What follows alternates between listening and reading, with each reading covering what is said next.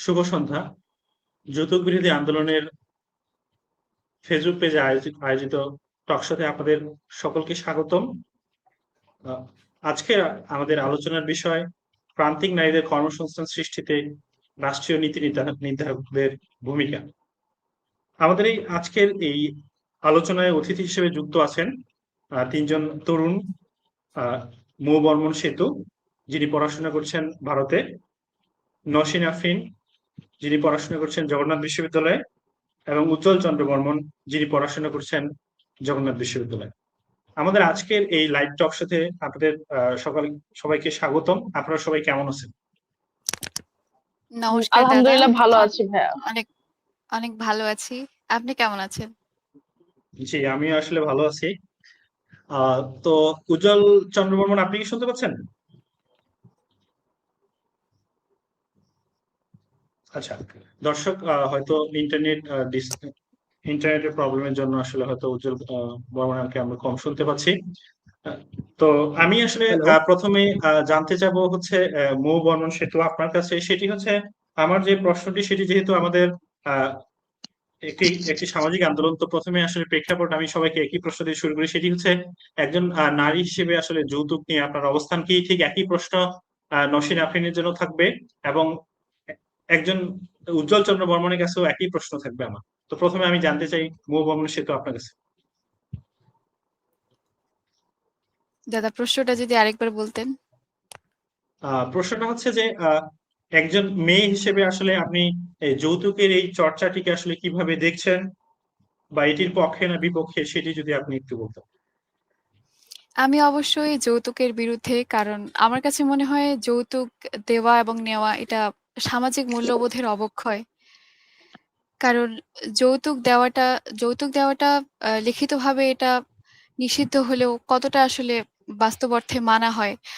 আর বাস্তব অর্থে মানা হয় না, কারণ আহ মানুষ আসলে স্বশিক্ষায় শিক্ষিত কিনা সেটাও একটা প্রশ্ন। আহ জি, আহ, মৌ বর্মন সেতু, জি, আপনি কি বলা শেষ করছেন নাকি আপনি বলবেন আরো?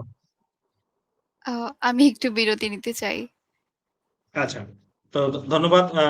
এরপরে আসলে আমি আসতে চাবো নসীন আফরিন আপনার কাছে। আমি একটু প্রেক্ষাপটটা বলি যে আসলে কেন এই সামাজিক আন্দোলনটি। সেটি হচ্ছে আমরা আসলে যে যে অঞ্চলে বড় হয়েছি, সেখানে আসলে আমি দেখেছি যে আমাদের মধ্যে এরকম একটি চর্চা বিদ্যমান যে আসলে মেয়ে থাকলেই আসলে তাদের আসলে দিন শেষে ফকির হইতে হয়, একটি কথা রয়েছে। তাদের বৃদ্ধ বয়সে আসলে অসুস্থ হয়ে খাবারের অভাবে মানবেতর জীবনযাপন করতে হয়। আমি এমন অনেককে দেখছি অসুস্থ হয়ে মানে ওষুধও আসলে আনতে পারে না, এমন প্রেক্ষাপট। এবং যৌতুকের আসলে একটি শ্রেণী গড়ে উঠেছে, সেটি হচ্ছে যে শিক্ষিত সমাজ, মানে যাদেরকে আসলে যারা একটি সিভিল সোসাইটির অংশ, তো তাদের ক্ষেত্রে দেখা যাচ্ছে যে তারা যদি চাকরিজীবী হয়, আপনার 15 থেকে 20 গ্রেডের মধ্যে হলে সেক্ষেত্রে আপনার 7 থেকে 15 লাখ। আবার এর উপরে হলে তারা যত ডিমান্ড করবেন যে 15 থেকে 25 লাখ। আবার যদি নবম গ্রেডের উপরে হয়ে থাকেন, সেক্ষেত্রে আসলে 25 লাখের উপরেই। তো এরকম একটি আসলে ক্লাস গড়ে উঠেছে। তো একজন শিক্ষার্থী হিসেবে আসলে আপনি এই ক্লাসটিকে আসলে কিভাবে দেখেন, এবং যৌতুক নিয়ে আসলে আপনার যে অবস্থান, সেটি আসলে একটু জানতে চাই। ধন্যবাদ ভাইয়া আমাকে কথা বলার সুযোগ দেওয়ার জন্য।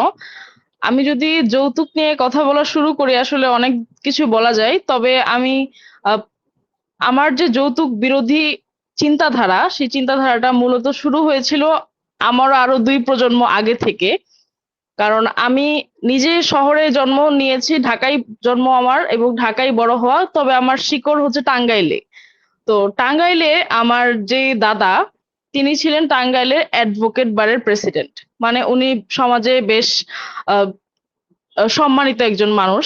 এবং আমি ছোটবেলা থেকে দেখেছি যে আমার দাদা, উনি হচ্ছে টাঙ্গাইলে একদম গ্রাম অঞ্চলগুলোতে এই যে মানুষদেরকে সচেতন করতো বিভিন্ন আহ, কুসংস্কার থেকে। আমার দাদা হচ্ছে তাদেরকে বের করে আনার চেষ্টা করতো। তো এর মধ্যে একটা বড় তার উদ্যোগ ছিল এই যে মেয়েদের যৌতুক বিরোধী আহ সচেতনতার একটা তৈরি করা।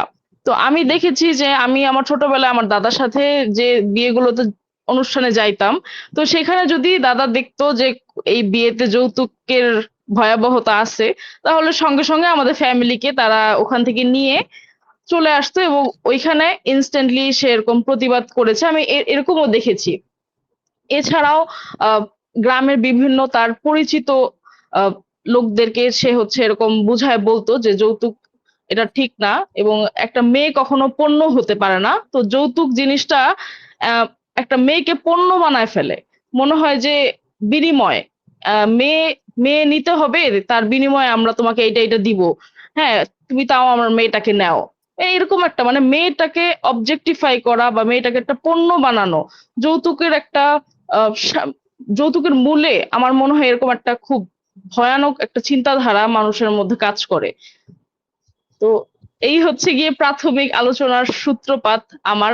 আরো অনেক যৌতুক নিয়ে আরো অনেক কথা বলা যাবে, আমার যেহেতু অনেক কথা বলার আছে, এবং আমি নিজেও সরাসরি হয়তো এই আন্দোলনের সাথে সংযুক্ত না, তবে আহ, পরোক্ষভাবে আমি যৌতুক বিরোধী যে আন্দোলন, সেই আন্দোলন সাথে সেই ক্লাস 1 থেকেই জড়িত বলতে গেলে। ধন্যবাদ। বিশেষ করে এটি আসলে খুবই চমৎকার লাগলো যে আসলে দুই প্রজন্ম আগে যে যৌতুকের যে লড়াই। আসলে আমি আপনার কাছে আরো স্পেসিফিক কিছু প্রশ্ন নিয়ে আসবো, কারণ আমি যেটুকু শুনেছি যে আপনি একজন এন্টারপ্রেনার। তো সেক্ষেত্রে আপনার উদ্দেশ্যে আমার আরো প্রশ্ন রয়েছে। তো বাট তার আগে আসলে আমি উজ্জ্বল চন্দ্র বর্মনের কাছে একটু যেতে চাই যে উজ্জ্বল চন্দ্র বর্মন একজন তরুণ এবং আইনের শিক্ষার্থী হিসেবে আসলে আপনি যৌতুককে আসলে কিভাবে দেখেন, আপনি যে সমাজে বেড়ে উঠেছেন সেই সমাজের ক্ষেত্রে। দর্শক, ইন্টারনেট লাইনটা মনে ইন্টারনেট হয় আমি আসলে ডিসকানেক্টেড হয়ে গেছে। জি জি আসলে আহ এর আসলে এটি একটি আসলে মেজার হয়ে আসলো যে আমি আমাদের অতিথি হিসেবে যারা ঠাকুরগাঁও বা পঞ্চগড় থেকে যুক্ত ছিলেন তাদের প্রত্যেককেই আসলে কথা বলার ক্ষেত্রে এই সমস্যা ফেস করেছেন। তো আমি মৌ বর্মন সেতু আপনার কাছে আসলে জানতে চাই, সেটি হচ্ছে আপনি একজন শিক্ষার্থী হিসেবে আসলে প্রান্তিক নারী বলতে আমরা আসলে কাদের কি বুঝি বলে মনে করেন, এবং নীতি নির্ধারণী জায়গায় আসলে তাদের কর্মসংস্থানের বিষয়টি আলাদাভাবে কেন আসলে আলোচনা করা জরুরি? প্রান্তিক নারী বলতে আমরা সাধারণত যেটাকে বুঝি যে যারা অর্থনৈতিকভাবে হতদরিদ্র।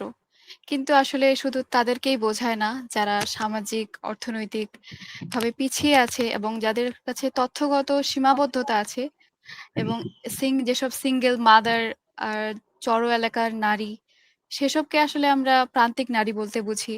এবং তাদের ক্ষেত্রে তাদের জন্য কর্মসংস্থানের বিষয়টা আলাদা করে ভাবা উচিত। কারণ এটা কিন্তু কোনো ক্ষেত্রেই তাদেরকে যে বিশেষ সুবিধা দেওয়া সেটা নয়, বরঞ্চ তাদের ন্যায্যতার সুযোগ করে দেওয়া। তাদের কারণ সমাজে সবাই এক জায়গা থেকে দৌড় শুরু করে না।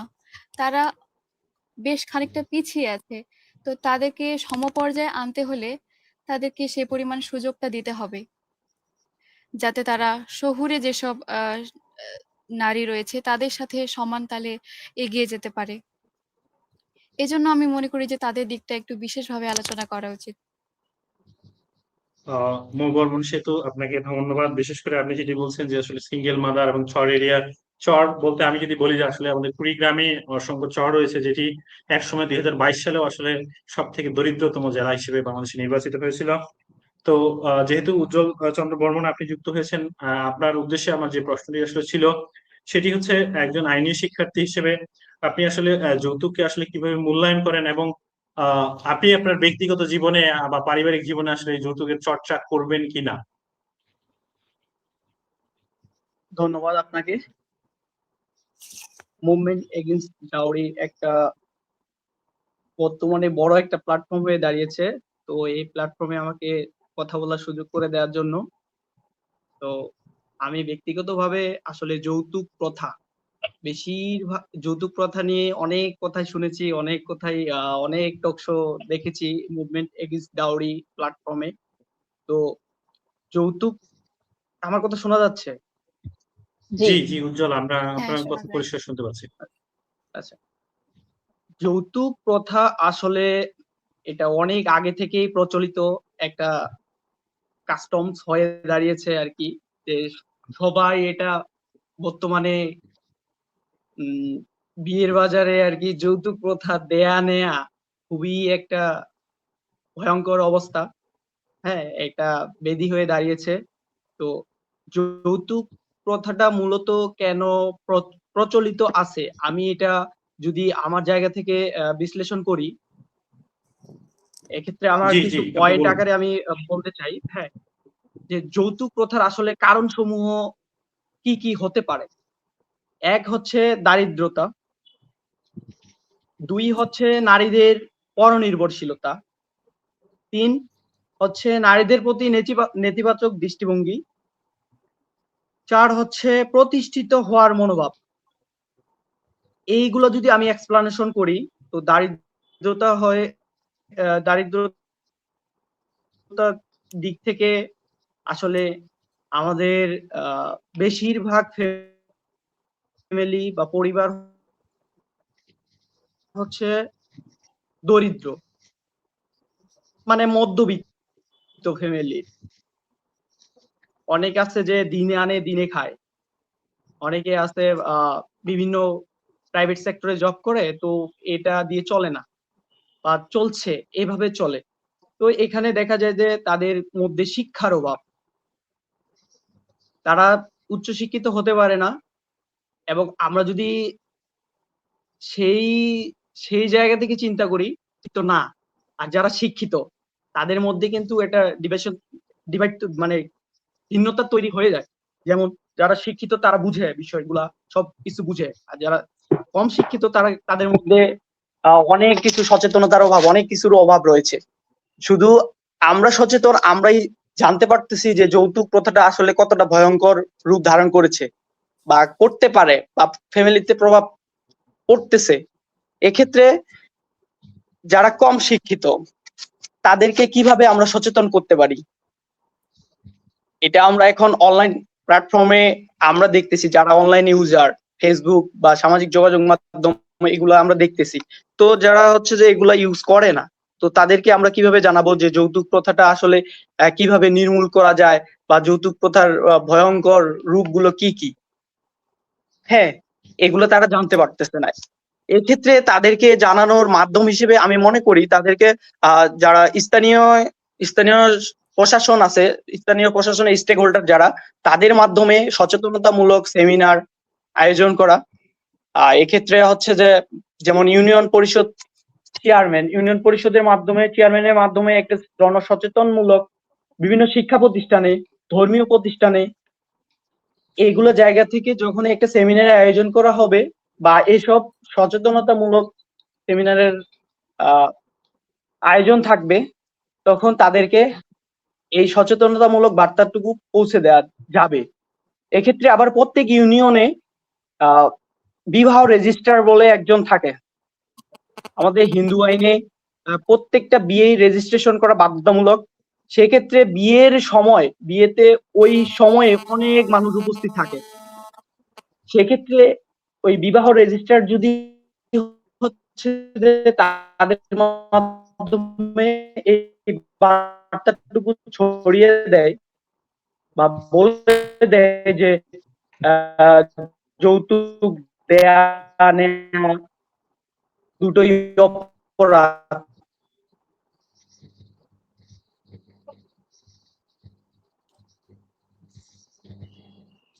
দর্শক, উজ্জ্বল চন্দ্র বর্মন, আসলে ইন্টারনেট সমস্যার জন্য আমরা আপনাকে আবার শুনতে পাচ্ছি না।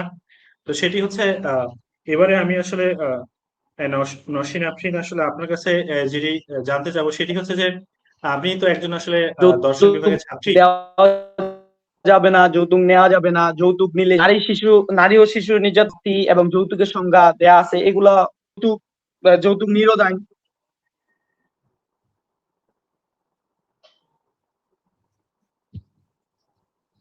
আহ, উজ্জ্বল চন্দ্র বর্মন, আপনি যেটুকু বলছেন এবং কি ডিসকানেক্টেড হওয়ার কারণে আসলে আমরা শুনতে পাচ্ছি না। আমি আপনাকে পরবর্তীতে আবার আপনার কাছে জানতে চাবো। তো আমি আসলে এবারে জানতে চাই নসীন আফরিন আপনার কাছে, সেটি হচ্ছে, আমার প্রশ্ন হচ্ছে যে দর্শনের একজন ছাত্রী হিসেবে আপনি নারী এবং তাদের অর্থনৈতিক স্বাধীনতাকে আসলে কিভাবে মূল্যায়ন করেন, এবং প্রান্তিক নারীদের কর্মসংস্থান কি কেবল অর্থনৈতিক প্রয়োজন নাকি এটি একটি আসলে মৌলিক অধিকার? আচ্ছা, ধন্যবাদ আমাকে কথা বলার সুযোগ দেওয়ার জন্য।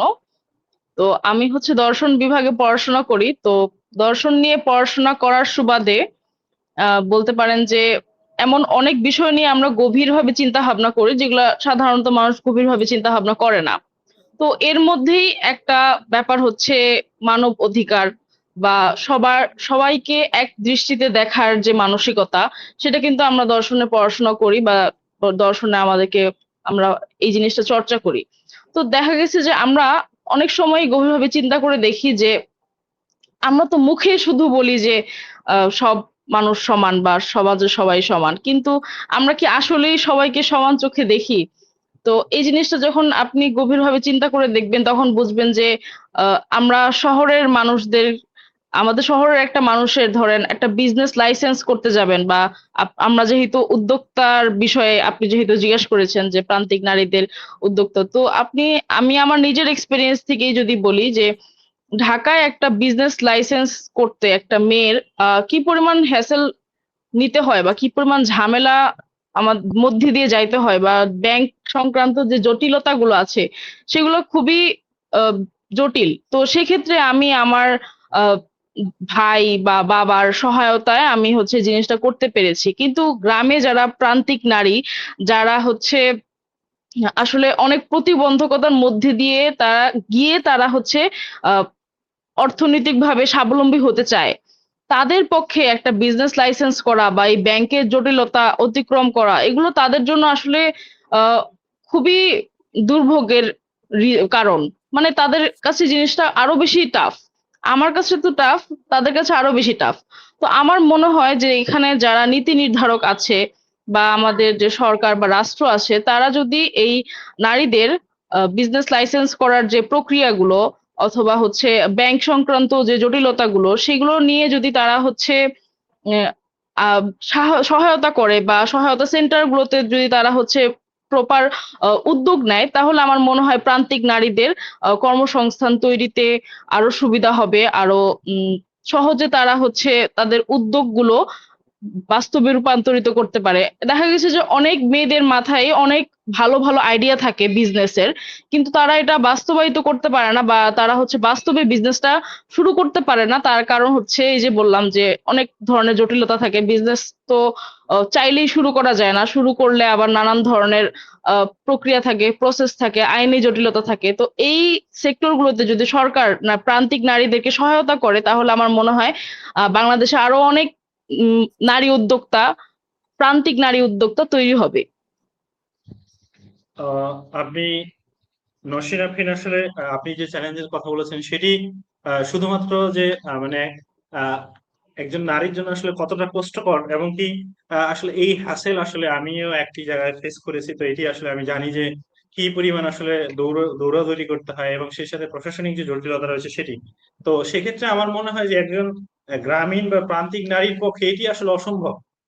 কারণ ঢাকা শহরের মতো একটি প্রতিষ্ঠানে আসা যাওয়া করা, ঢাকা শহরে থাকা, যিনি হচ্ছে প্রান্তিক অবস্থানে থাকেন সেটি একটি আসলে জটিল প্রক্রিয়া। তো সেক্ষেত্রে আপনি খুব চমৎকার একটি বলেছেন যে তাদের যদি যদি কোনো হেল্প ডেস্ক থাকতো, সেই সাথে আঞ্চলিক পর্যায়ে বা জেলা ভিত্তিক বা উপজেলা ভিত্তিক যদি কোনো প্রতিষ্ঠান থাকতো যেটি আসলে রেজিস্ট্রেশন করার ক্ষেত্রে সহযোগিতা করেন, সেটি হয়তো আমাদের জন্য অনেক সুবিধা হতে পারতো বলে বলে আপনি আসলে মনে করেছেন। তো আপনি খুব চমৎকার করে বলেছেন, যেটি খুব আসলে ভালো লেগেছে এবং দর্শকরা আশা করি দাদা এবং আমাদের দাদা নারীরাও এই আসলে শুনছেন যে আসলে তাদের সমস্যাগুলো কি এবং পরবর্তীতে হয়তো এটি নিয়ে আলোচনা করবেন। তো আমি এবার আসলে মৌ বর্মণ সেতু আপনার কাছে জানতে চাবো, সেটি হচ্ছে যে প্রান্তিক নারীদের স্বাবলম্বী করার জন্য আসলে রাষ্ট্রীয় পর্যায়ে কি কোনো ধরনের নীতি বা কোটা ব্যবস্থা চালু রয়েছে বা সেগুলো আসলে মাঠ পর্যায়ে কতটুকু কার্যকর? তো সেটির আগে আমি একটু জানিয়ে রাখতে চাই সেটি আহ একটু করে মৌ বর্মণ সেতু, সেটি হচ্ছে আমরা যখন দেখেছি যে যে নারী প্রাইমারি চাকরিতে আসলে নারীর জন্য 60% কোটা ছিল, তখন আসলে আমি আমার গ্রামের আশেপাশে দেখেছি যে আসলে মেয়েদের চাকরি দিতে। তো তখন আমরা ভাবতাম যে আসলে হয়তো নারীরা বেশি সুবিধা পাচ্ছে বা এই জাতীয়, বাট সেক্ষেত্রে এখন কি এরকম কি আসলে বিদ্যমান কোনো সুবিধা কি রয়েছে সেটি সেটি মানে ধরেন কর্মসংস্থান সৃষ্টির ক্ষেত্রে? বর্তমানে প্রান্তিক নারীদের স্বাবলম্বী করার জন্য সরকার তো বিভিন্ন উদ্যোগই গ্রহণ করছে।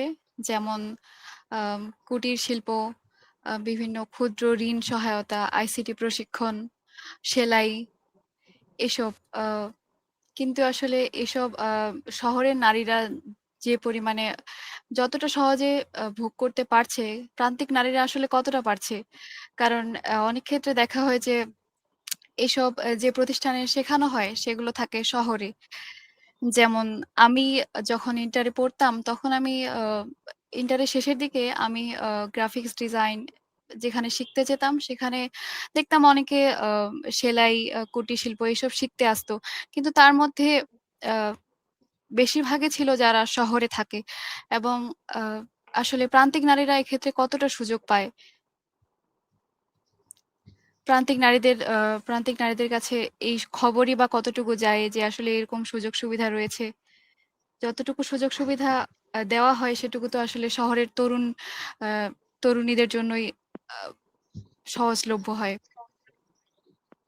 আহ জি, আপনি যেটা বলছেন খুব চমৎকার। কারণ সরকারের একটি আইসিটি ট্রেনিং ছিল। আমি যতটুকু মনে করতে পারি হাড় দিয়ে আসলে মনে হয় একটি প্রকল্প ছিল যেখানে মেয়েরা ট্রেনিং নিলে আসলে একটি ল্যাপটপ পেত। তো এমনকি মাঝে, মাঝে দেখা হুম, যায় যে আসলে এই ল্যাপটপ গুলাও আসলে অনেক সময় ভালো ছিল না। তো এরকম আসলে বিভিন্ন প্রকল্প সরকার বাস্তবায়ন করে সেটি হচ্ছে সমাজ কল্যাণ মন্ত্রণালয়ের মাধ্যমে বা সমবায় মেয়েরা কর্মকর্তার মাধ্যমে ট্রেনিং নিলে আসলে একটি ল্যাপটপ। তো আমি এবার আসলে আসতে চাই উজ্জ্বল চন্দ্র বর্মন আপনার কাছে। সেটি হচ্ছে যে উজ্জ্বল চন্দ্র বর্মন আপনি কি আমাকে শুনছেন?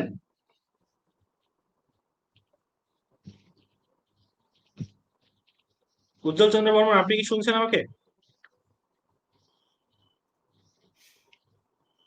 আচ্ছা, যেহেতু হচ্ছে উজ্জ্বল চন্দ্র বর্মন আপাতত আমাদের শুনছে না, নসীন আফরিন আমি আপনার কাছে যেতে চাই সেটি হচ্ছে আপনি একজন শিক্ষার্থী, সেই সাথে এখনো গ্রাজুয়েট আসলে হন নাই, কিন্তু এর মাধ্যমে আপনি নিজেকে আসলে ব্যবসায়ী হিসেবে প্রতিষ্ঠিত করতে কিভাবে আসলে সমর্থ হলেন?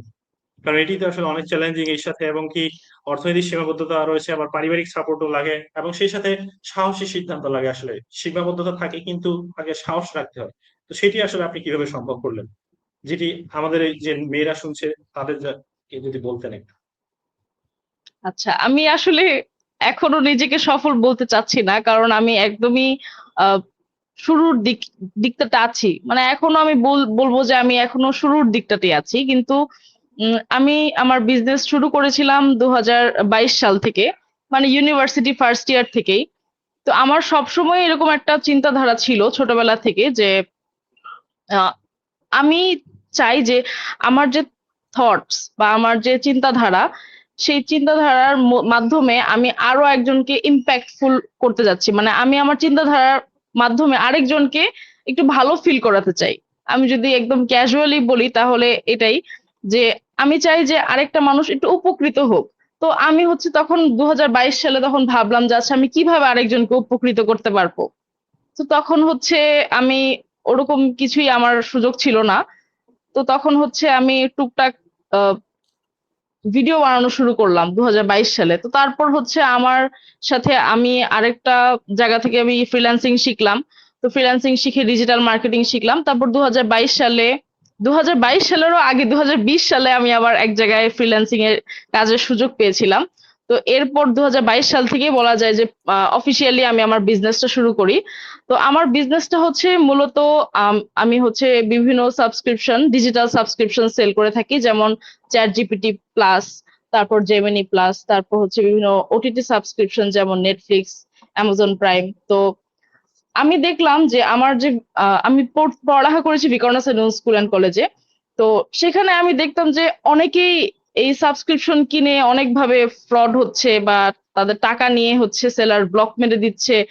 তো আমি দেখতাম যে মেয়েদের মধ্যে কেউ হচ্ছে এই জিনিসটা সেল করছে না। তো তখন আমি আমি বললাম যে আচ্ছা আমি যেখান থেকে কিনি আহ সেখানে আমি একটু খোঁজ খবর নিলাম, নেওয়ার পর হচ্ছে দেখলাম যে আচ্ছা মেয়েদের মধ্যে এখনো কেউ এই জিনিসটা করছে না। তো আমি যদি করা শুরু করি তাহলে হচ্ছে ব্যাপারটা কেমন হয়। তো এইভাবেই 2022 সালে প্রথম 5 জন কাস্টমার নিয়ে আমার বিজনেসটা শুরু হয়। তো তারপর হচ্ছে আল্লাহর রহমতে এখন বেশ ভালো একটা পর্যায়ে আছি। ইনশাল্লাহ আরো অনেক, এর পাশাপাশি আমার আরো কয়েকটা বিজনেস আছে, তবে এই সাবস্ক্রিপশনের বিজনেসটা আমার মেইন বিজনেস। আর সাহস বলতে গেলে, সাহসটার কথা যদি বলি তাহলে আমি আগে থেকে একটু রেবেল টাইপের, মানে এত কথাবার্তা মানি জি না জি কারোর। তো জি। যার কারণে হচ্ছে আমার মনে হয়েছে এই জিনিসটা ভালো, এবং এই কাজটার মাধ্যমে আমি যদি এই কাজটা করি তাহলে কারো ক্ষতি হবে না, বরঞ্চ উপকার হবে। তো আমি শুরু করে দিয়েছি। তো এই হচ্ছে কি আমার মাইন্ডসেট, যে আমার আমার যে ইচ্ছা বা আমার যে আগ্রহটা, সেটার মধ্যে যদি কেউ ক্ষতিগ্রস্ত না হয়, বরঞ্চ কেউ যদি উপকার হয়, তাহলে আমি আর চোখ বন্ধ করে কাজটা শুরু করে দেই। তো এছাড়া হচ্ছে আমার আরো কিছু বিজনেসে ইনভলভমেন্ট আছে, যেমন আমার পেট কেয়ার শপ আছে একটা মিরপুরে, সেখানে আমার হচ্ছে পার্সেন্টেজ আছে আমার বিজনেসে। তো এই হচ্ছে গিয়ে আমার বিজনেসে, মানে এখনো খুব বেশি কিছু বলার মতো কিছু না। তবে হ্যাঁ, আমি আমার সময়টাকে সবসময় কাজে লাগাই এবং আমার মধ্যে এরকম একটা প্রোডাক্টিভিটির একটা ভূত কাজ করে যে আমাকে সামহাও কাজ করতে হবে বা আমাকে সামহাও টাইমটাকে কাজে লাগাইতে হবে। আহ অযথা টাইম যাতে ওয়েস্ট না হয় সেই দিকে আমি খুব কনসিয়াস থাকি। তো এই, আর তেমন কিছু না। জি, একবারে আসলে যেটি খুব চমৎকার করে বলছেন, কারণ এটি আসলে একজন শিক্ষার্থীর জীবনে গুরুত্বপূর্ণ। কারণ আমি আমি যদি আমার অবস্থান থেকে বলি, আমি আসলে আমার লক্ষ্য হচ্ছে আমার আমার যারা শিক্ষার্থী বা আমার সাথে যারা তরুণ প্রজন্ম রয়েছে তারা আসলে তাদের একটি ভাষাগত জ্ঞান শিখবে, তাদের একটি হচ্ছে মানে তারা শিক্ষার্থী অবস্থায় ডিজিটাল লেখাপড়া শিখবে, সেই সাথে আমাদের একটি বৃহৎ আসলে এগ্রিকালচার সেক্টর রয়েছে যেটি উত্তরবঙ্গে। মানে আমাদের আসলে এগ্রিকালচার সেক্টর উৎপাদন ব্যবস্থা অনেক, কিন্তু আমি যদি দেখি সেখানে নারী অনেকে কাজ করে কিন্তু তাদের আসলে স্বীকৃতি নেই। এই পাশাপাশি সেখানকার আসলে যে ট্রান্সপোর্ট যে সিস্টেমটি সেখানেও আসলে নারীদের কোনো অংশগ্রহণ নেই। তো আমি এবারে আসলে জানতে চাবো, উজ্জ্বল চন্দ্র বর্মন, আপনি কি আমার কথা ক্লিয়ার করে শুনতে পাচ্ছেন? হ্যাঁ দাদা, শুনতে পাচ্ছি। আসলে আমি এলাকায় থাকার কারণে আমার নেট খুবই ঝামেলা জি, করতেছে। আমি বুঝতে পেরেছি, কারণ আমি ঠাকুরগাঁ থেকে পঞ্চগড় থেকে যারা যুক্ত হয়েছে সকলের অবস্থা। তো আপনার উদ্দেশ্যে আসলে আমার যেটি প্রশ্ন হয়েছে সেটি হচ্ছে, আইন বিভাগের একজন শিক্ষার্থী হিসেবে প্রান্তিক নারীদের কর্মসংস্থান ও অর্থনৈতিক স্বাধীনতার অধিকারকে আপনি সাংবিধানিক দৃষ্টিকোণ থেকে কিভাবে আসলে ব্যাখ্যা করবেন? কারণ আপনি জানেন যে সংবিধানের 28 এবং 29 অনুচ্ছেদে নারী পুরুষের সম অধিকার এবং সুযোগের সমতার কথাটি আসলে বলা রয়েছে। হুম। তো এক্ষেত্রে আমার মতামত থাকবে, আসলে বই পুস্তকে যা থাকে আসলে বাস্তবে তা প্রমাণ করা খুবই কঠিন। হ্যাঁ, এক্ষেত্রে বলা আছে যে আপনি যেটা বললেন যে আর্টিকেল 28 বাংলাদেশের কনস্টিটিউশন অনুযায়ী, যেটা যে নারী ও পুরুষের সমান অধিকার। তো এক্ষেত্রে নারী পুরুষের সমান অধিকার ঠিক আছে, সমতা যেটা বললেন নারী পুরুষের সমান অধিকার, এবং প্রান্তিক নারীদের, এক্ষেত্রে প্রান্তিক নারীদের কর্মসংস্থান বলতে আমি বুঝি যে গ্রাম পর্যায়ে একেবারে প্রত্যন্ত অঞ্চলে যে নারীদের জীবনমান, তাদের জীবনমান উন্নয়নে আসলে তাদেরকে প্রথমত সুশিক্ষায় শিক্ষিত হতে হবে বা উচ্চশিক্ষা গ্রহণ করতে হবে। প্রথম যেটা করতে হবে যে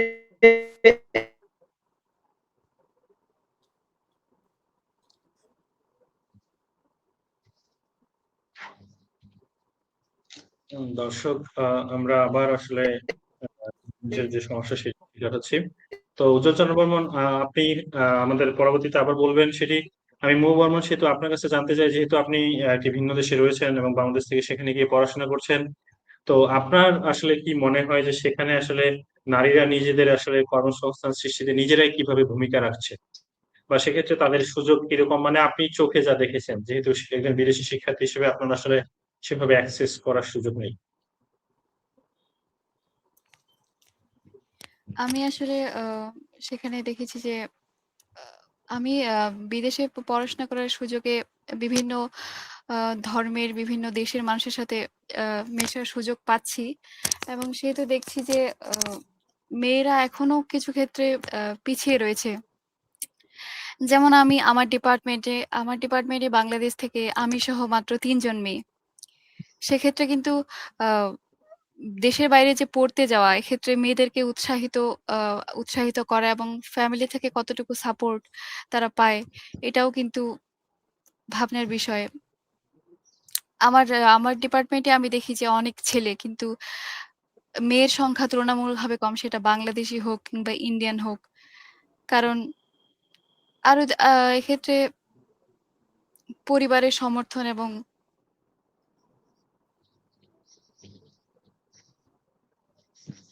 মৌ বর্মন, আপনি কি শুনতে পাচ্ছেন? সেটি হচ্ছে মানে মানে আপনি হচ্ছে সেক্ষেত্রে মানে নারীদের উদ্যোক্তা হিসেবে আসলে আপনি কিভাবে দেখছেন যে আশেপাশে নারী যারা রয়েছে, এবং কি আমি আসলে মনে করি যে ফিজিক্স একটি আসলে চ্যালেঞ্জিং ডিপার্টমেন্ট, এটিকে আসলে হয়তো অনেকে নেয় না।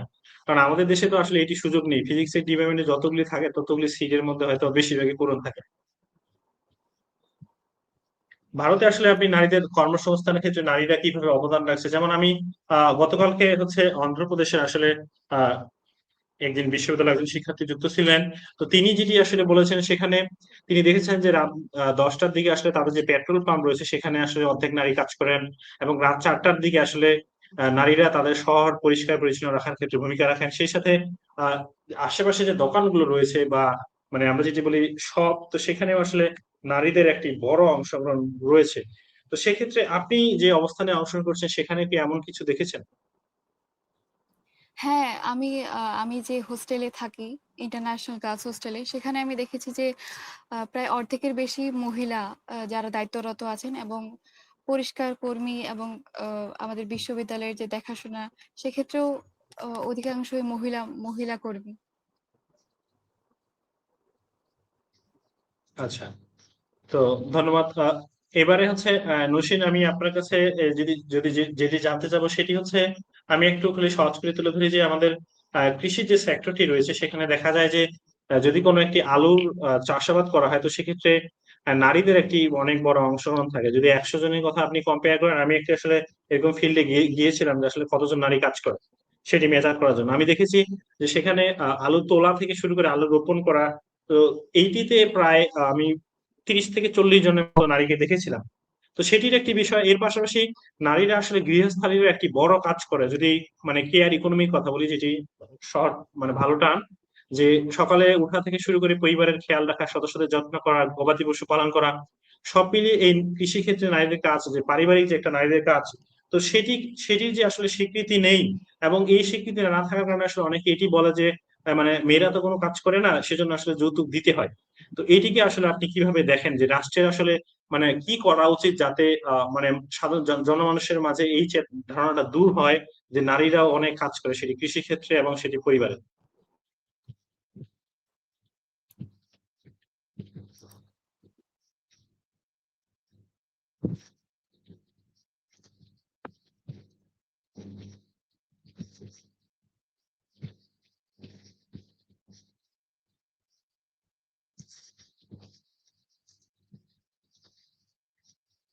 নসীন, আপনি কি আমাকে শুনছেন? আচ্ছা, তো আমি আবারও এবারে যেহেতু আমরা আবার নসীনের কাছে সেই একই প্রশ্ন নিয়ে যাব, কিন্তু হচ্ছে উজ্জ্বল চন্দ্র বর্মন, আপনি কি আমাকে শুনতে পাচ্ছেন? হ্যাঁ, শুনতে পাচ্ছি। আসলে এলাকায় যে নেটের প্রবলেম, এই নেটের সমস্যার দুঃখিত, কারণে আসলে আমার একটা ফোন কল এসেছিল যার কারণে আমার কলটা কেটে যায়। তো আমি আপনার আচ্ছা আচ্ছা। প্রশ্নটা শুনতে পেরেছি। আমি কি এখন উত্তরটা দিব? মানে আমি কি কথা বলবো এখন?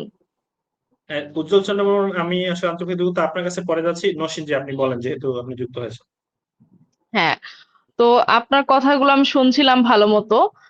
তো আপনি বলছিলেন যে মেয়েদের যে মানে মেয়েরা যে পরিমাণ পরিশ্রম করে সেই অনুযায়ী তাদের হচ্ছে মূল্যায়ন হয় না। হ্যাঁ, এই কথাটা খুবই সত্যি। কারণ আমি আমার নিজের চোখে আমার উম দাদি, চাচি, ফুপু সবাইকে দেখি যে তারা হচ্ছে সকাল থেকে নিয়ে রাত পর্যন্ত কি অক্লান্ত পরিশ্রম করে।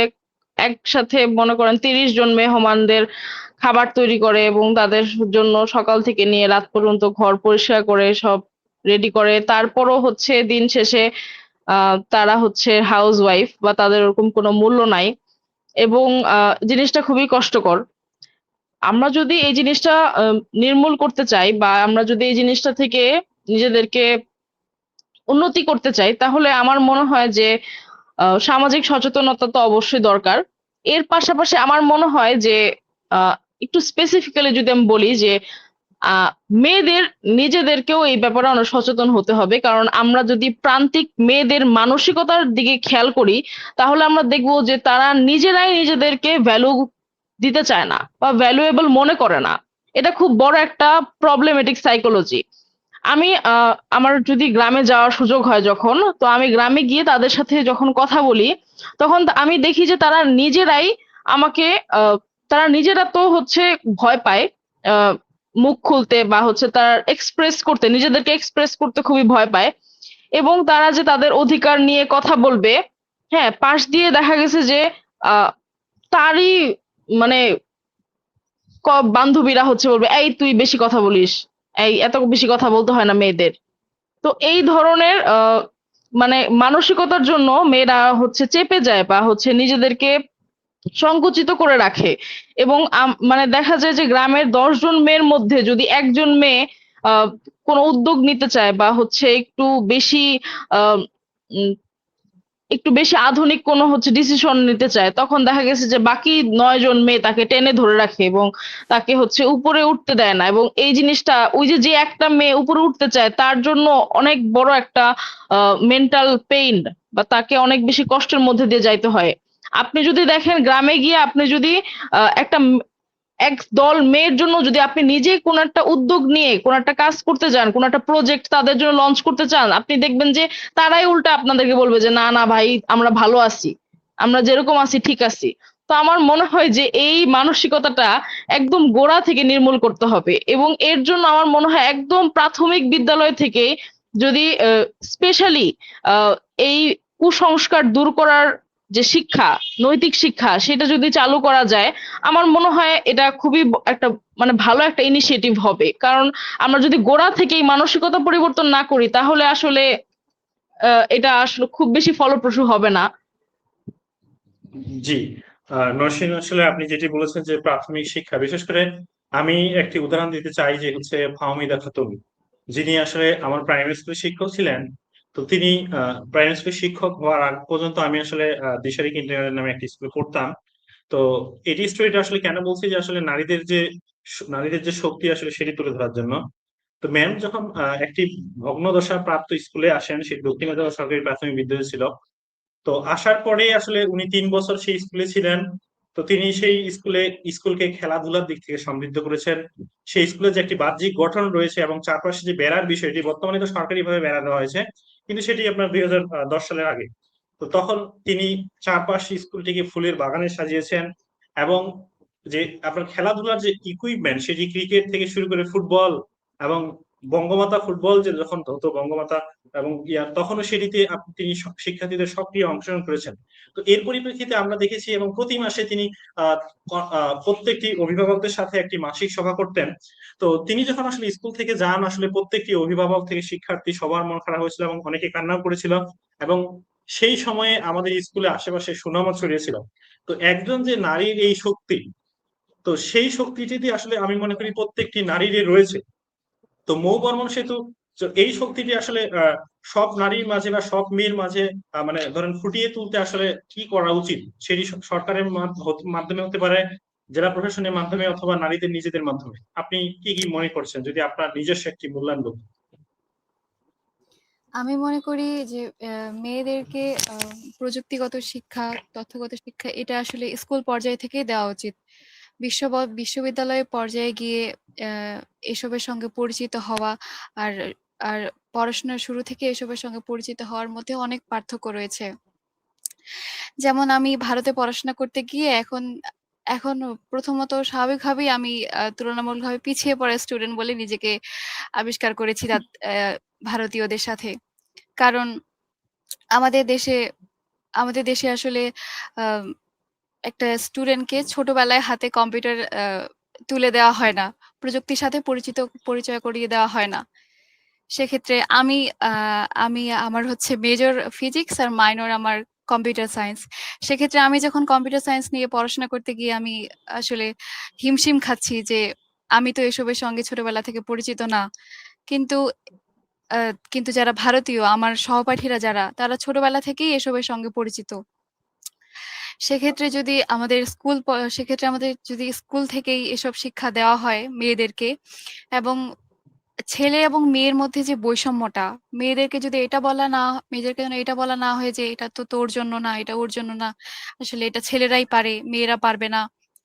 এসব আসলে বৈষম্য দূর করতে হবে এবং মেয়েদেরও মানসিকতার মধ্যে এটা আ প্রবেশ করাতে হবে যে ছেলে এবং মেয়ে সমান।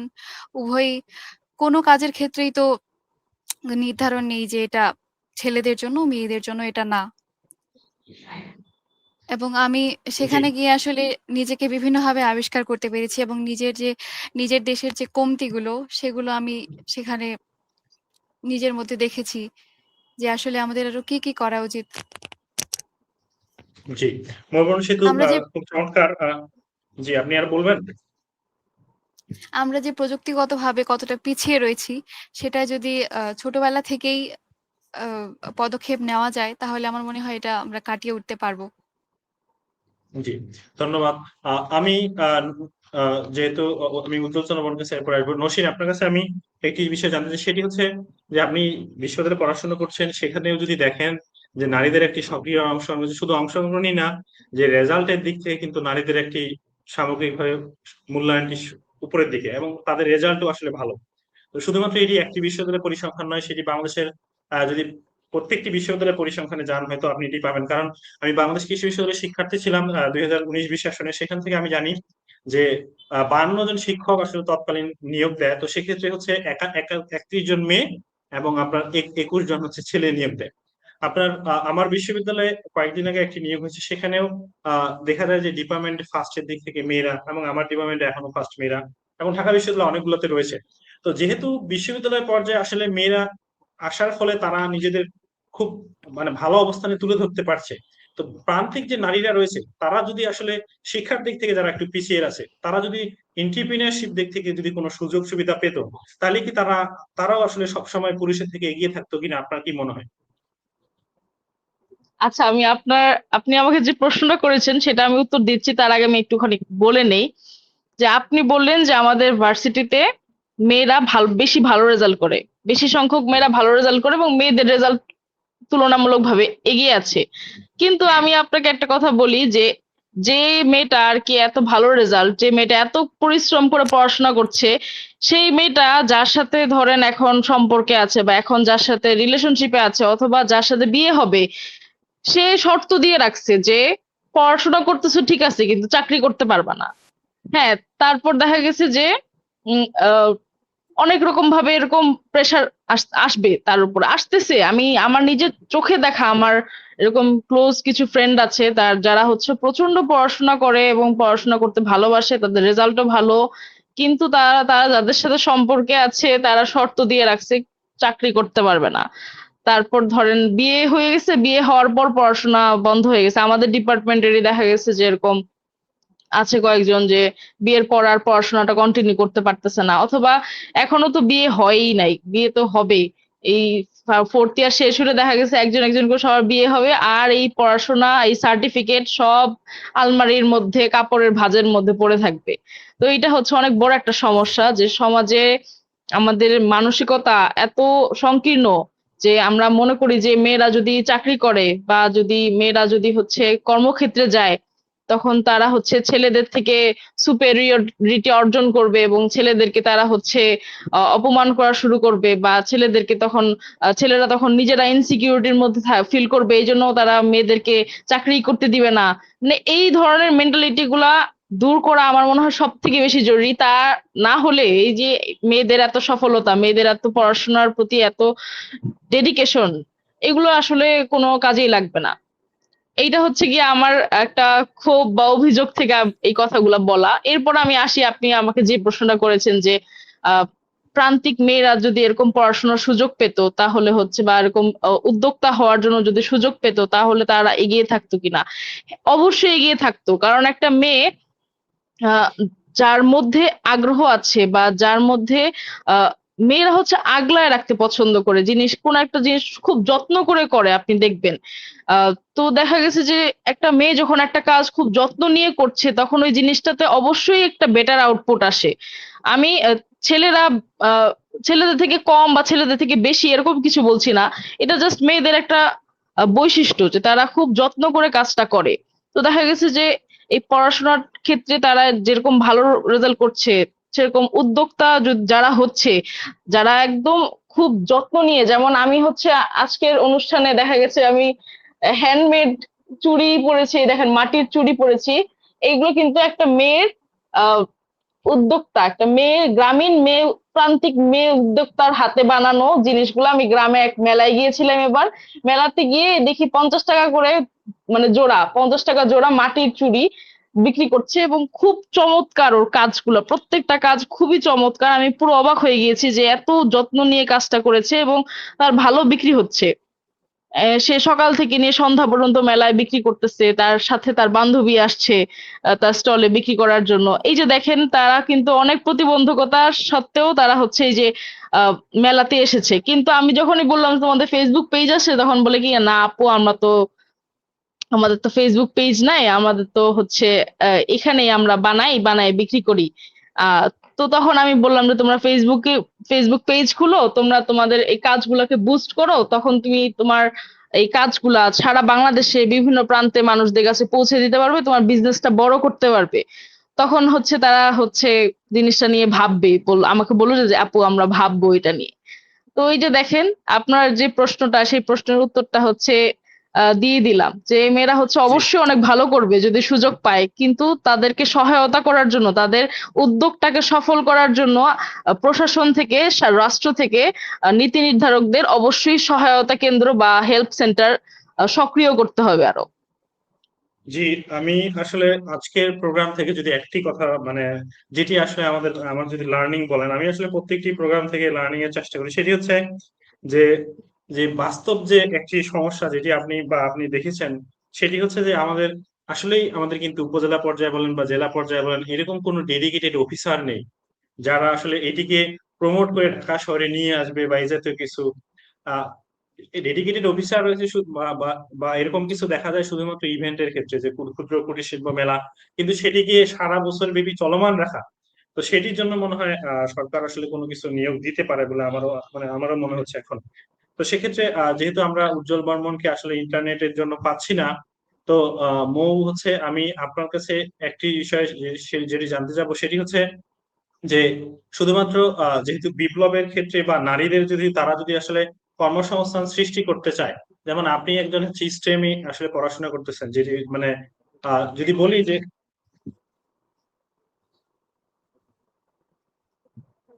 সেটি হচ্ছে যে আপনি নিজে হচ্ছে একজন আসলে বিজ্ঞানের শিক্ষার্থী। তো সেক্ষেত্রে আমাদের দেশের প্রান্তিক নারীদের প্রথাগত কাজ যেমন সেলাই, কৃষি বাইরে এনে স্টেম বা কারিগরি শিক্ষায় আসলে যুক্ত করার ক্ষেত্রে নীতি নির্ধারকদের আসলে দীর্ঘমেয়াদী পরিকল্পনা কেমন হওয়া উচিত, মানে আপনি এটা কি মনে করছেন? কি পরিকল্পনা করলে সম্ভব এটি, মানে স্টেমে আসলে যুক্ত করা, যেটি সায়েন্স, টেকনোলজি, ইঞ্জিনিয়ারিং, ম্যাথমেটিক্স? ঠিক আছে, আচ্ছা। আহ প্রান্তিক নারীদেরকে শুধু প্রথাগত শিক্ষা যেমন সেলাইয়ের সাথে আসলে যদি শুধু তাদেরকে প্রথাগত শিক্ষাই দেওয়া হয়, তাহলে পুরোপুরি যাদের যে সম্ভাবনা সেটাকে আসলে কিন্তু কাজে লাগানো যাচ্ছে না। তাদেরকে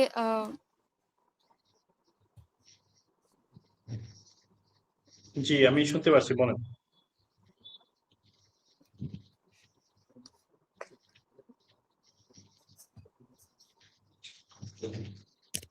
দাদা শোনা যায়? হ্যাঁ, এখন শুনতে পাচ্ছি, জি, জি শোনা বলেন। যাচ্ছে।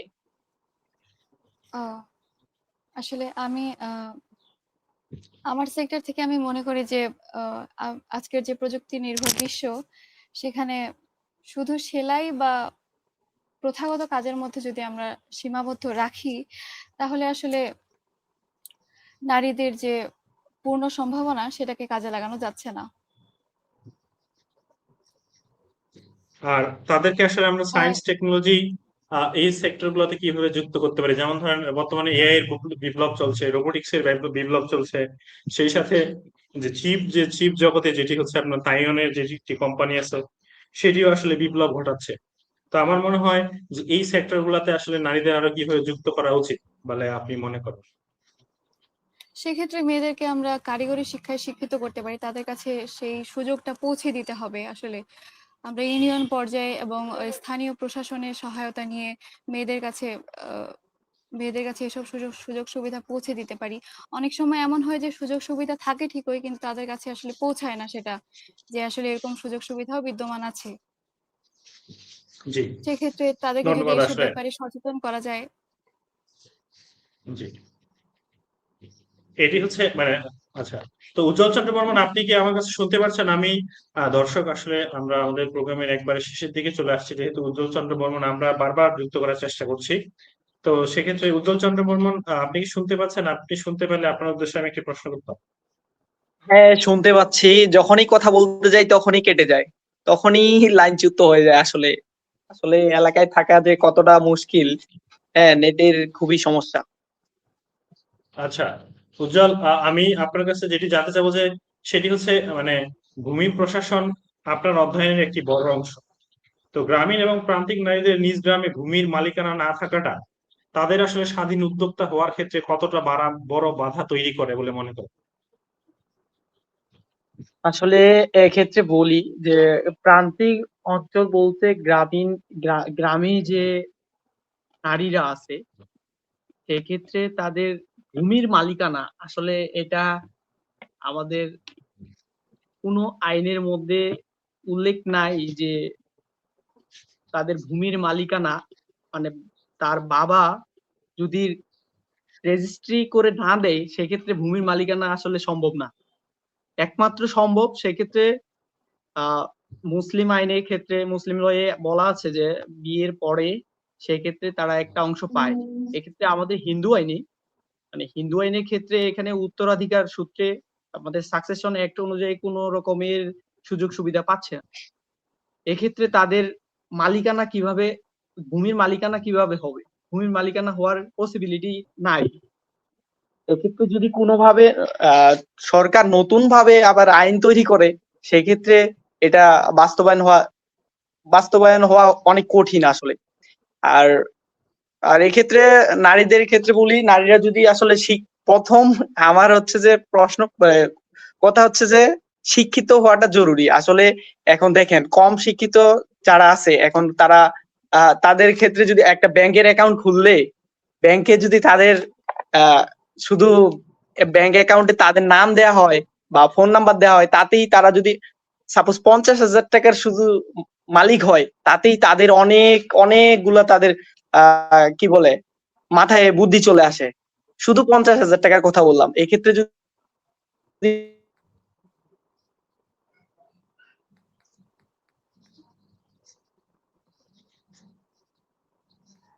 দর্শক আমরা আবারও উজ্জ্বল চন্দ্র বর্মণকে শুনতে পাচ্ছি না। তো সেক্ষেত্রে নসীন, আপনি যেহেতু শহরে বেড়ে উঠেছেন, আমি প্রশ্নই রাখবো আসলে মৌ বর্মণের কাছে সেটি হচ্ছে, মৌ বর্মণ, আমি একটু বলি যে আমি 8 থেকে 10টা নারীর একটি আসলে ইন্টারভিউ নিয়েছিলাম একটা আর্টিকেল লেখার জন্য। তো সেক্ষেত্রে আমি যেটি পেয়েছি যে আমাদের নারীরা গড়ে আসলে প্রায় 4 থেকে 5টা ছাগল এবং গড়ে হচ্ছে 3 থেকে 4টা গরু পালন করে। তো সেটি মানে গ্রামীণ অর্থনীতিতে আসলে কি কোনো রকম ভূমিকা রাখে নারীর কর্মসংস্থান সৃষ্টিতে? হ্যাঁ, কারণ সেটা তারা তাদের ব্যক্তিগত ব্যয়ের ক্ষেত্রে ব্যবহার করতে পারে। এবং মেয়েরা যদি যে কোনো উপায়ে স্বাবলম্বী হয়, সেটা শুধুমাত্র সে যে তার নিজের ব্যয়ভারের জন্য ব্যবহৃত করতে পারে তেমনটা না। সে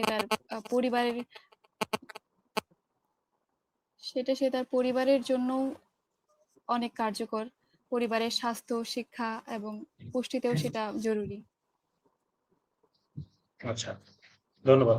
এর পাশাপাশি নওশীন আরফিন, আমি আপনার কাছে আরেকটি বিষয় জানতে চাবো, সেটি হচ্ছে যে আমি বলি ভোকাল না দরকার, সেটি হোক ছেলে বা সেটি হোক মেয়ে। কারণ অধিকারের বিষয়টি আসলে আপনি যতটা আসলে দাবি করতে পারছেন বা যতটা আপনি চাইতে পারছেন সরকারের কাছে বা যে জায়গায় হোক, সেটি ভোকাল নারী দরকার।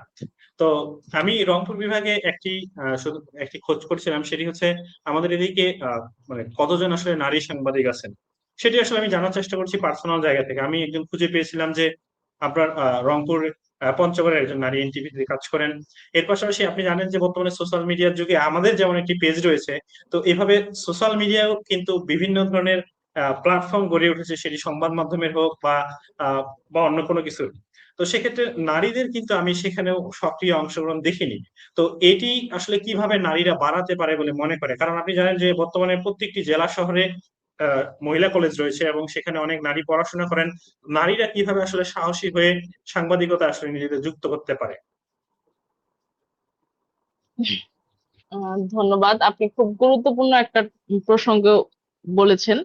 তো আমি যদি বলি যে আহ, মেয়েদের আসলে আগ্রহ থাকে না এমন না, বিষয়টা মেয়েদের আগ্রহ থাকে, কিন্তু তাদের দরকার একটু মোটিভেশন, তাদের দরকার একটু একটু পুশ করা দরকার।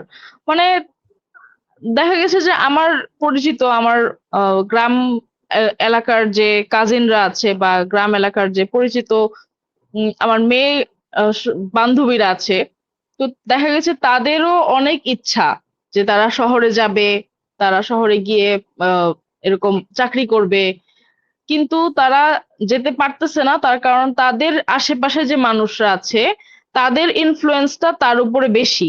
কিন্তু সে যদি অল্প একটু মোটিভেশন পায়, অল্প একটু সাহস পায়, ধরেন আরেকটা মেয়ে যদি তাকে একটু এসে বলে যে না, আমি জানি তুমি পারবে, তুমি আসো, তুমি শহরে এসে অ্যাপ্লাই করো, জব গুলোতে অ্যাপ্লাই করো, তোমার চাকরি হয়ে যাবে, তুমি এখানে থাকার অনেক ভালো ব্যবস্থা আছে, তুমি এসে তাকে হচ্ছে আহ, এই যে একটু অনুপ্রেরণা, এই অনুপ্রেরণাটা কিন্তু ওই মেয়েটাকে উম, অনেকখানি হেল্প করবে এবং হেল্প করে।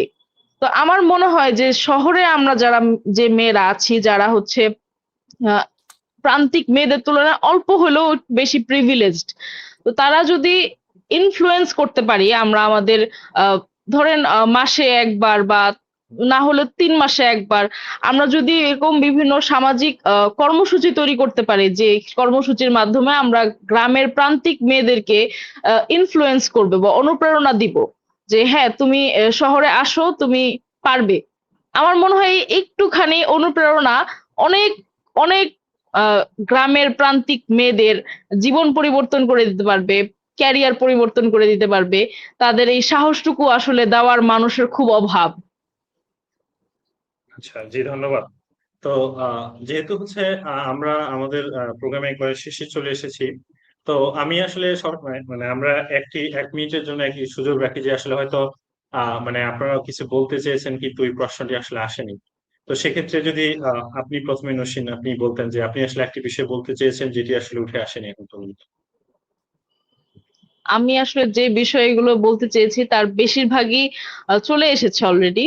তারপরও আমি যদি হচ্ছে আমার বক্তব্যটা শেষ করতে চাই, তাহলে আমার মনে হয় যে বর্তমানে আমাদের আহ, সময় পরিবর্তন হয়েছে এবং মেয়েরাও আগের তুলনায় অনেক বেশি উদ্যোগ নিচ্ছে, আগের তুলনায় অনেক বেশি ভোকাল হচ্ছে। আপনি যেটা বললেন যে আগে দেখা গেছে যে গ্রামে আহ, আম্মুদের সময়ে টাঙ্গাইলে আম্মুরা হচ্ছে পুরো ভার্সিটিতে 2 জন মাত্র মেয়ে ভার্সিটিতে পড়তো, সেখানে এখন দেখা গেছে ক্লাসের বেশিরভাগ মেয়ে, মানে বেশি ক্লাসের পরিসংখ্যান করলে দেখা গেছে যে মেয়েদের সংখ্যা বেশি। তো আগে যেরকম আব্বু যখন প্রথম জব সেক্টরে আসলো তখন পুরো অফিসে একটা মেয়ে ছিল, কিন্তু এখন হচ্ছে দেখা গেছে যে অফিসে প্রায় 20 জন মেয়ে এসেছে। তো আমার মনে হয় এইভাবে দিন দিন সংখ্যাটা আরো বাড়বে। তবে এরপরেও প্রোগ্রেসটা খুবই ধীরে হচ্ছে, মানে অন্যান্য দেশের তুলনায় আমাদের দেশে এই প্রোগ্রেসটা খুব ধীর গতিতে হচ্ছে। এটার কারণ হচ্ছে ধর্মীয় অন্ধবিশ্বাস আছে বা হচ্ছে শিক্ষার অভাব আছে। কারণ হচ্ছে দেখা গেছে যে আমি শিক্ষিত, আমার মা শিক্ষিত, কিন্তু দেখা গেছে তার আগের প্রজন্মের সবাই অশিক্ষিত বা তারা হচ্ছে কুসংস্কারে আচ্ছন্ন। তো তারা হচ্ছে পিছন দিকে টেনে ধরে রাখছে, মেয়েদেরকে সামনে আগাতে দিচ্ছে না। তো এই যে উজ্জ্বল বর্মন যে ছিল, উনি হচ্ছে আজকে কথা বলতে সুযোগ পান নাই, কিন্তু উনি একটা খুব ইম্পর্টেন্ট কথা বলেছে, সেটা হচ্ছে যে এই শিক্ষিত হতে হবে। অবশ্যই শিক্ষিত হতে হবে, কারণ নলেজ ইজ পাওয়ার। যখন একটা মেয়ের মধ্যে নলেজ থাকবে তখন তার ভিতরে একটা পাওয়ার তৈরি হবে, যে পাওয়ারটা দিয়ে সে হচ্ছে ভোকাল হতে পারবে এবং সেই পাওয়ারের মাধ্যমেই সে কিন্তু রেবেল হতে পারবে, প্রতিবাদী হতে পারবে।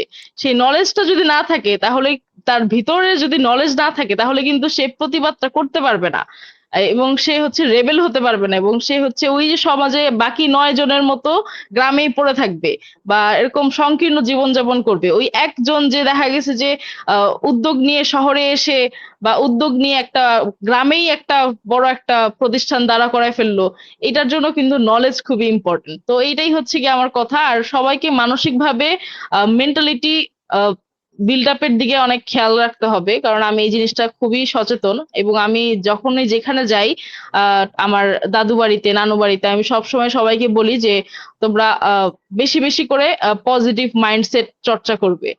এর ফলে কি হবে, দেখা গেছে যে অনেক নেগেটিভ সিনারিওটাও আমরা হচ্ছে পজিটিভলি চিন্তা করার মাধ্যমে একটা বেটার আউটপুট আমরা নিয়ে আসতে পারি। কারণ মেয়েদেরকে দেখা গেছে যে প্রতিনিয়ত প্রতি মুহূর্তে অনেক হ্যারাসমেন্ট ফেস করতে হয়, অনেক প্রতিবন্ধকতা ফেস করতে হয়, অনেক ধরনের অন্যায় ফেস করতে হয়। কিন্তু এই অন্যায়গুলো তার সাথে হওয়ার পরও আমাদেরকে কিন্তু থেমে থাকা যাবে না, আমাদের মানে সামনের দিকে এগিয়ে যেতে হবে। এই এগিয়ে যাওয়ার জন্য কিন্তু পজিটিভ মাইন্ডসেটটা খুব দরকার। থ্যাংক ইউ সো মাচ আমাকে কথা বলার সুযোগ দেওয়ার জন্য। ধন্যবাদ নসীন। আসলে আমি এই প্রেক্ষাপটটি কেন বলেছিলাম, ভোপালের আসলে আমার যে আসন সেখানে ঠাকুরগাঁ বা আমি যে আশেপাশে দেখেছি সেখানে রাজনৈতিক ভাবে সরাসরি প্রতিযোগিতা করতে আসলে কাউকে দেখিনি। হয়তো আমি 19টা ইউনিয়ন আমার যে প্রত্যেকটি আমি দেখেছি যে সবসময় আসলে পুরুষরা নির্বাচিত হয়, এবং আমার যে অন্যান্য যে রিজন গুলো রয়েছে সেখানেও একই অবস্থা। কারণ ভোকালের যে বিষয়টি রয়েছে যে যে আসলে পলিটিক্স বা রাজনীতিতে নারীদের যে অংশগ্রহণ সেটি আসলে নীতি নির্ধারণী পর্যায়ে অনেকটা ভূমিকা রাখে, সেই জায়গা থেকে বলেছিলাম। তো মৌবর্মন সেতু আপনার কাছে আমি সর্বশেষ 1 মিনিট জানতে চাবো, যেটি হয়তো মানে উঠে আসেনি কিন্তু আপনি বলতে চেয়েছেন। আমি এখানে বলতে চাই যে নওশীন আফরিন আপু যেমন এন্টারপ্রেনারশিপ বা ব্যবসার সঙ্গে যুক্ত আছেন, সেরকম আসলে এদেশের মেয়েরা কতটা সুযোগ পায় বা সেরকম সাপোর্ট পায়। আসলে বলা হয় যে ব্যবসা মেয়েদের জন্য না, ব্যবসা শুধু ছেলেদের জন্য। কিন্তু আসলে ব্যবসা যে স্বাধীনতাটা দেয়, একটা ৮-১০ ঘন্টা ১৬ ঘন্টার চাকরি কিন্তু সেই স্বাধীনতাটা দেয় না। একটা মা যেমন সংসারটাকে আগলে রাখে, একটা মেয়ে কিন্তু ব্যবসাটাকে সেভাবে যত্ন ভালোবাসা দিয়ে বড় করতে পারেন। কিন্তু সেই সুযোগটা কিন্তু বাংলাদেশের মেয়েদেরকে দেওয়া হয় না।